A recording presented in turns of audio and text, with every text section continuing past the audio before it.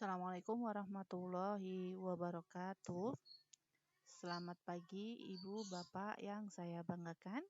Saya Rizka Safriyani dari UIN Sunan Ampel Surabaya. Hari ini kita semua akan belajar mengenai media pembelajaran.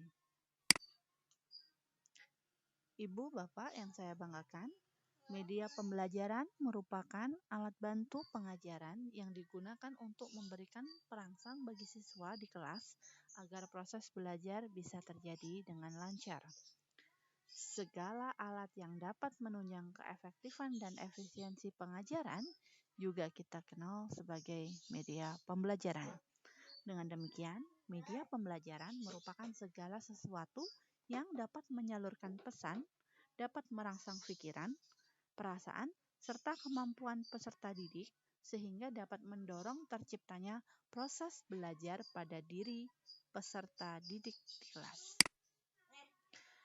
Ibu Bapak yang saya banggakan, ada dua jenis media pembelajaran yang banyak digunakan oleh para pendidik di dalam kelas. Yang pertama, kita mengenal media manual.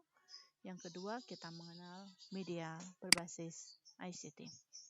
Sebenarnya kita perlu tahu mengapa media pembelajaran itu penting. Mengapa seorang guru memerlukan media pembelajaran dalam proses pembelajaran?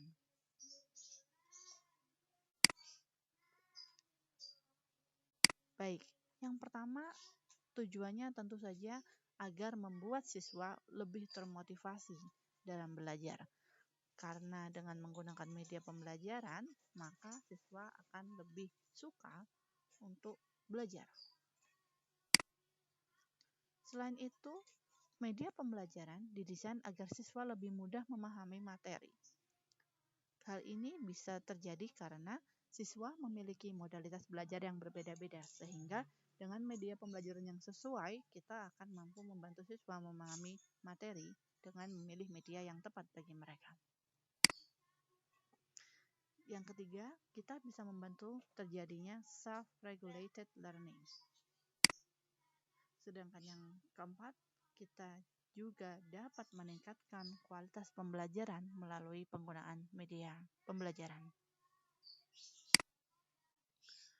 Baik, Ibu Bapak, selain 4 hal di atas, beberapa penggunaan media pembelajaran diyakini akan memberikan dampak yang positif. Di antaranya dapat membantu menjelaskan pesan agar tidak terlalu verbalistis. Media pembelajaran juga mampu mengatasi keterbatasan ruang, waktu, dan daya indera kita. Media pembelajaran bisa menimbulkan gairah belajar, interaksi lebih langsung antara murid dengan sumber belajar. Kemudian, media pembelajaran dapat membantu anak untuk belajar mandiri atau kita sempat menyebutnya self-regulated learning. Dan yang terakhir, dapat memberikan rangsangan dalam proporsi yang sama untuk mempersamakan pengalaman dan menimbulkan persepsi yang sama di antara siswa. Ibu Bapak, modalitas belajar menjadi salah satu penentu kriteria pemilihan media.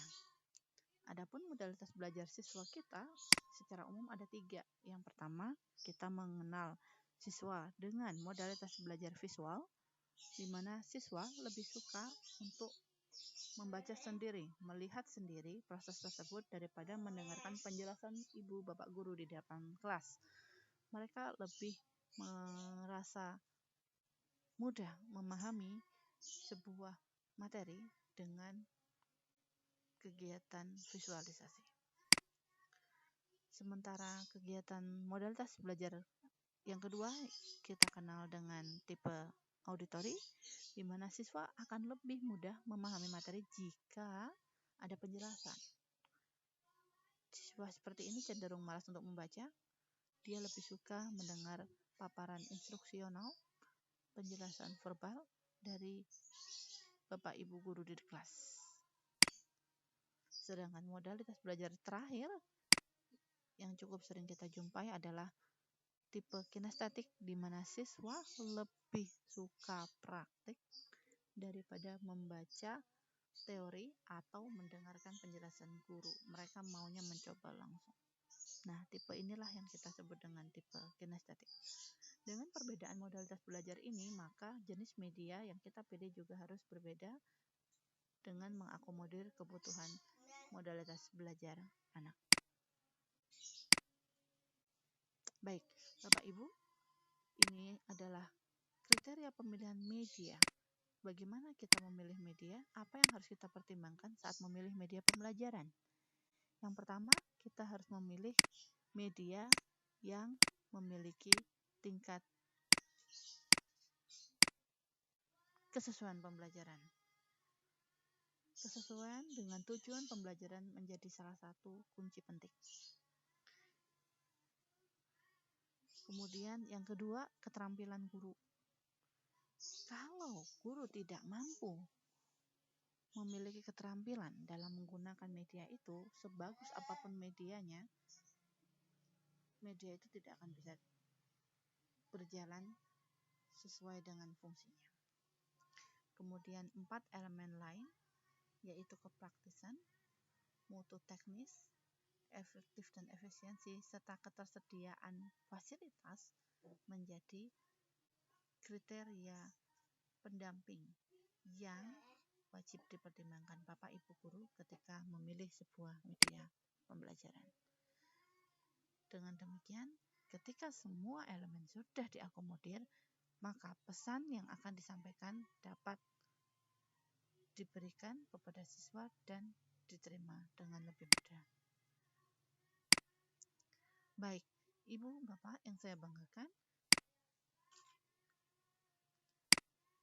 dengan perkembangan teknologi yang makin pesat, saat ini klasifikasi media dapat dibagi menjadi 6 jenis. Yang pertama media visual, kemudian ada media audio, ada media proyeksi, ada media berbasis komputer, dan media berbasis internet. Oke, saatnya Bapak Ibu melakukan curah pendapat. Secara berpasangan, silahkan menceritakan kembali pengalaman Bapak Ibu yang paling baik dalam menggunakan media pembelajaran di kelas. Sampaikan kelebihan dan kekurangan media tersebut yang sudah Bapak Ibu gunakan di kelas. Kita lanjutkan diskusi lagi setelah 15 menit. Selamat berdiskusi Bapak Ibu.